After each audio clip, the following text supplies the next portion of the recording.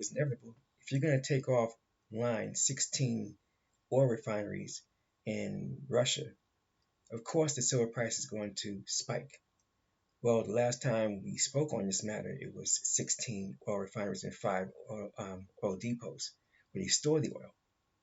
It's 17 now, but was almost 900,000 barrels of oil per day, is over 1 million barrels of oil per day now that's being lost by corporate Russia.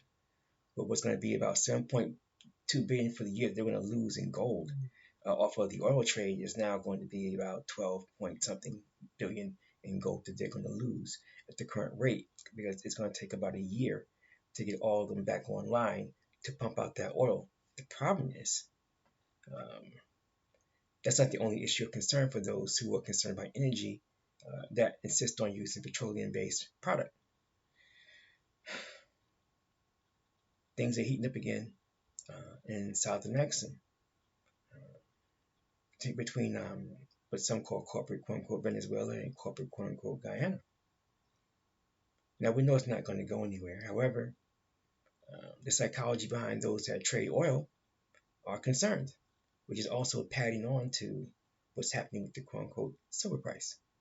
Now, again, it's deflationary for us. However, if the quote-unquote silver price continues to rise, it becomes a little bit of a problem for us. So the sweet spot is already been burned through. It's heading higher. It may stabilize.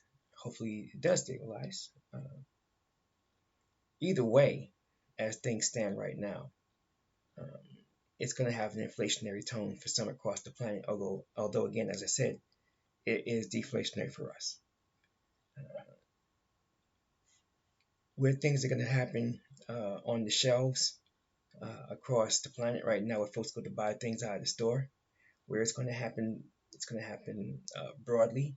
It's going to happen in every aspect you can think of for things that folks buy in all types of stores.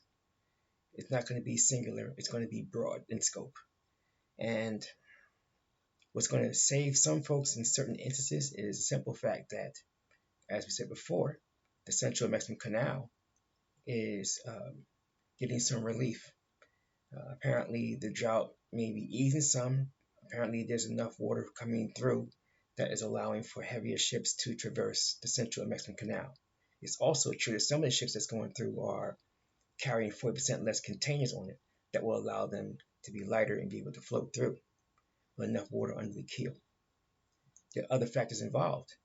There are lines being cut right now in different areas that will allow for ships to unload their containers on one ocean. They're sent by rail to the other side and loaded onto ships on a different ocean.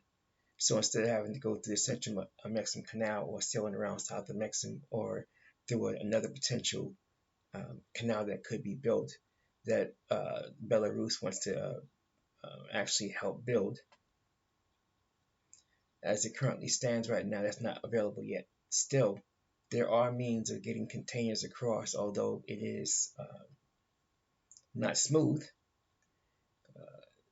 The capacity is also allowing for a little bit less pain, which means the Central Mexican Canal is no longer the only game in town, as some would say. And again, the psychology could cause folks to see that as an easing, which may moderate particular concerns that folks have about being able to have their supply routes taken care of, so supply chains don't get backed up any further than they already are.